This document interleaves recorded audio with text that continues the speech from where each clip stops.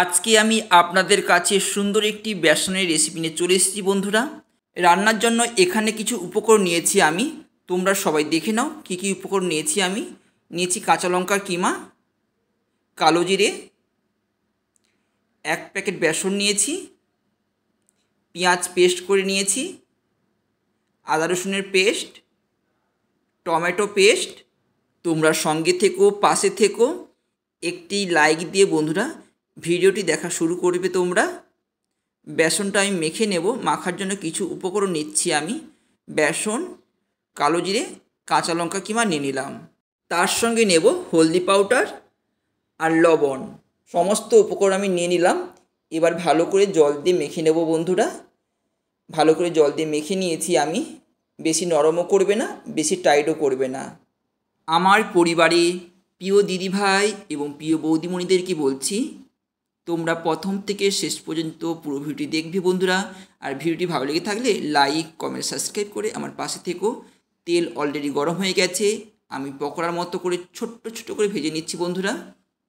আমি যেইভাবে বানাচ্ছি আপনারাও বাড়িতে সেই একই রকমভাবে ট্রাই করবে। আশা করি খেতে ভালো লাগবে। সবগুলো বড়া দেওয়া হয়ে গেছে আমার। উল্টে পাল্টে নিচ্ছি। বেশি কড়া করে কিন্তু ভাজবে না তোমরা, হালকা করে ভাজবে।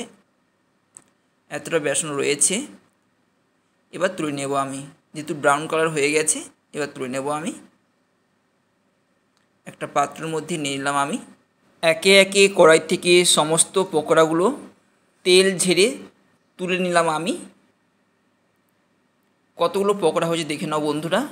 এবার ওই একই তেলে গোটা গরম মশলা দেব, লবঙ্গ, এলাচ এবং দারুচিনি। তার সঙ্গে 2টো তেজপাতা দিয়ে দিলাম। আদা রসুনের পেস্ট ভালো করে মেরে নেবো। আদা রসুনের পেস্টটা নাহলে গ্যাস করবে, খেতে ভালো লাগবে না। এবার দিয়ে দিলাম পেঁয়াজ পেস্ট। এবার দিয়ে দেবো টমেটো পেস্ট। একসঙ্গে ভালো করে কষিয়ে নেব আমি। পরিমাণ মতো লবণ দিয়ে দিলাম, তাহলে তাড়াতাড়ি মশলাটা রেডি হওয়ার জন্য। দেখো কড়াই থেকে তেল ছেড়ে দিয়েছে অলরেডি। খুব সুন্দর করে মশলাটা কষানো হয়ে গেছে।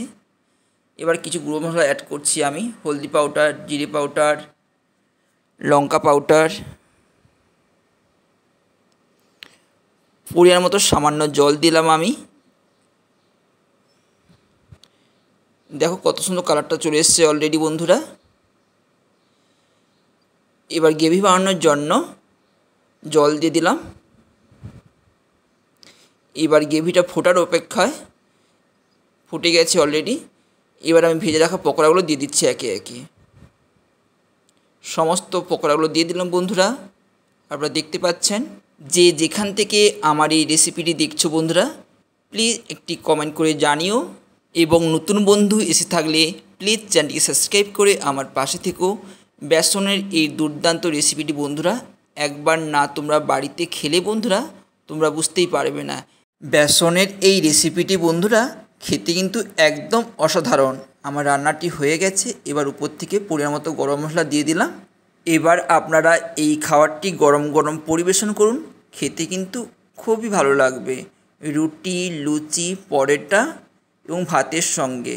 আমার এই বেসনের পকোড়া রেসিপি তোমাদের কেমন লাগলো বন্ধুরা অবশ্যই কমেন্ট করে জানাবেন। আপনারা ভালো থাকবেন, সুস্থ থাকবেন এবং শৈবাল ন্যাচারাল ব্লগে পাশে থাকবেন বন্ধুরা।